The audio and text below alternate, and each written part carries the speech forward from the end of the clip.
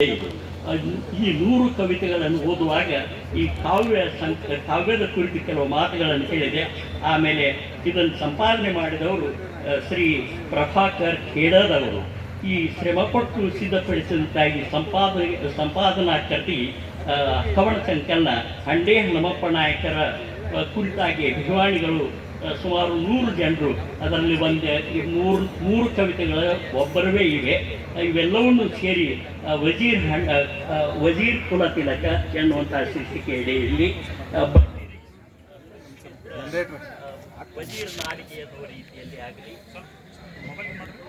ಆಮೇಲೆ ಹಂಡೆಯ ಅರಸರು, ನಾವು ಹಂಡೆಯ ಅರಸರು ಧೀರ ನಾಯಕ್ ಹನುಮಪ್ಪ ಎನ್ನುವಂತಹ ಅಭಿಮಾನದಿಂದ ಹೇಳುವ ಕವಿಯತ್ರಿಯರು ಈ ಕವನ ಸಂಕಲನದ ಮೂಲಕವಾಗಿ ಹೇಳಿದ್ದಾರೆ.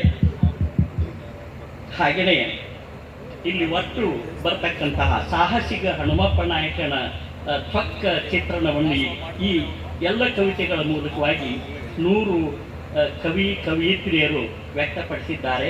ಭೀಮನಗೌಡ ನಾಯಕರರು ಮಾಣಿಕ್ಯ ಮೂರ್ತಿ, ಮುತ್ತಿಗೆಯ ಮುತ್ತು ಹನುಮಪ್ಪ ನಾಯಕ ಎಂದು ಸ್ಮರಿಸಿದ್ದಾರೆ.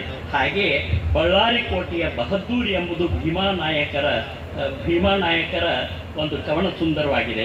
ಹಂಡೆಯ ನಾಯಕರು ಸಮಾನತೆಯ ಹರಿಕಾರರೆಂದು ಭೀಮಾ ನಾಯಕರ ಮತ್ತೊಂದು ಕವಿತೆ ಇದೆ. ಸಮಾಜದ ಉದ್ಧಾರಕ ನಮ್ಮ ಹಂಡೆ ಅರಸರು ಎಂಬುದಾಗಿ ಅವರು ಸುಮಾ ಗಾಜರೆ ಅವರು ಸ್ತುತಿ ಮಾಡಿದ್ದಾರೆ. ಅಮರ ನಾಯಕ ನಮ್ಮ ವಜೀರ್ ಹನುಮಪ್ಪ ನಾಯಕ ಎಂದು ಬಸಮ್ಮ ಸಜ್ಜನ ಅವರು ವ್ಯಕ್ತಪಡಿಸಿದ್ದಾರೆ. ಪೂರ್ಣಿಮಾ ಭಗವಾನ್ ಎಂಬುವರು ಪುರಜನರ ಧ್ವನಿಯಲ್ಲಿ ಅರಸರ ಧೈರ್ಯ ಶೌರ್ಯದ ಬಗ್ಗೆ ಬಿತ್ತರಿಸಿದ್ದಾರೆ. ಹಂಡೆ ಕುಲತಿಲಕ ಎಂಬುದು ಒಂದು ಸುಗಮ ಪಾಟೀಲ್ ಅವರ ಕವಿತೆ ಚಿಕ್ಕದಾದರೂ ಚೆನ್ನಾಗಿ ಮೂಡಿಬಂದಿದೆ. ಹಂಪೆ ವಜೀರ್ ಅಮೋಘ ಸಾಧನೆಗಳು ಎಂಬ ಕವಿತೆಯಲ್ಲಿ ಪಾರ್ವತಿ ತುಪ್ಪದವರು ತುಂಬ ದೀರ್ಘವಾಗಿ ಹೇಳಿದ ಬಗೆ ಇದೆ. ಅವರದೇ ಮತ್ತೊಂದು ಕವಿತೆ ಹಂಡೆ ವೀರ ನಾಯಕ ಎಂಬುದು ಕೂಡ ಅವರ ವ್ಯಕ್ತಿ ಚಿತ್ರಣವನ್ನು ಅನಾವರಣಗೊಳಿಸುತ್ತದೆ. ಹಾಗೆಯೇ ಇಲ್ಲಿ ಇನ್ನೊಂದು ಬಾದ್ಶಾಹ ವಜೀರ್ ಎಂಬ ಕವಿತೆಯಲ್ಲಿ PS ಶ್ರೀಧರ ಅವರು ಸರ್ವಧರ್ಮ ಸಹಿಷ್ಣುವಾಗಿದ್ದ ಶ್ರೇಷ್ಠ ನಾಯಕನ ಬಗ್ಗೆ ಇಲ್ಲಿ ಹೇಳಿದ್ದಾರೆ. ವೀರ ವಜೀರ್ ಎಂಬುದು SN ಪಾಟೀಲ್ ಅವರ ಕವನ ಬಹಳ ದೀರ್ಘವಾಗಿದೆ. ಅದು ಕವಿತೆ ಎನ್ನುವುದಕ್ಕಿಂತ ಗದ್ಯದ ಸಾಲುಗಳು ಎನ್ನುವಂತಿವೆ. ಆದರೆ ವಿಷಯ ಮಾತ್ರ ಚೆನ್ನಾಗಿ ಪ್ರತಿಪಾದಿ ಆಗಿದೆ. ಡಾಕ್ಟರ್ ಮಲ್ಲಿಕಾರ್ಜುನ್ ಬೆಳಗಲ್ ಅವರ ಮರೆಯದ ಮಾಣಿಕ್ಯ ಹನುಮಪ್ಪ ನಾಯಕ ಎಂಬುದು ಮರೆಯದೇ ಓದುವಂತಿದೆ. ದೇಶಭಕ್ತಿಗಾಗಿ ಓದಲೇಬೇಕಾದ ಕವಿತೆ ಇನ್ನೊಂದು ಇದೆ. ರೇವತಿ ಎನ್ನುವಂಥವರು ಬರೆದದ್ದು. ಶೈಲಜಾ ಎಸ್ ಅವರು ವೀರ ಅರಸ ಹಂಡೆ ಹನುಮಪ್ಪ ನಾಯಕ ಎಂದು ಇದೆ.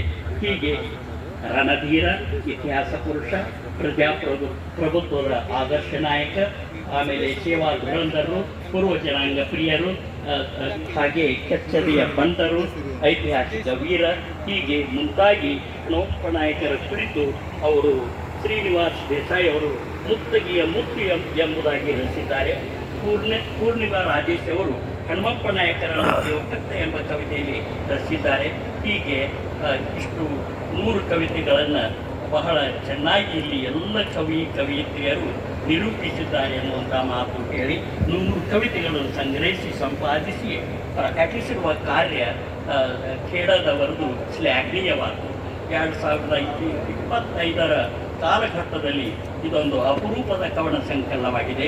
ಎಲ್ಲ ಕವಿತೆಗಳೂ ಮೆಚ್ಚುಗೆಗೆ ಪಾತ್ರವಾಗಿವೆ. ಇದರಲ್ಲಿ ಸಂಪಾದಕರ ಶ್ರಮ ಸಾರ್ಥಕವಾಗಿದೆ. ಹೀಗೆ ಈ 5 ಕೃತಿಗಳನ್ನು ತಾವು ಕೊಟ್ಟ ಸಮಯದಲ್ಲಿಯೇ ನಾನು ಹೇಳಲಿಕ್ಕೆ ಪ್ರಯತ್ನ ಮಾಡಿದ್ದೀನಿ. ಕೇಳಿದವರಿಗೆ ತಮಗೆಲ್ಲರಿಗೂ ಶರಣ. ಹಿರಿಯರು, ಜ್ಞಾನವೃತ್ತರು ಆದಂತಹ ಡಾಕ್ಟರ್ ರುದ್ರಣ್ಣ ಚಿಲ್ಮಿ ಹಿರಿಯ ಸಾಹಿತಿಗಳಿಗೆ ತುಂಬ ಹೃದಯದ ಧನ್ಯವಾದಗಳು. 1 ನಿಮಿಷದ ಸಮಯವನ್ನು ಕೊಟ್ಟು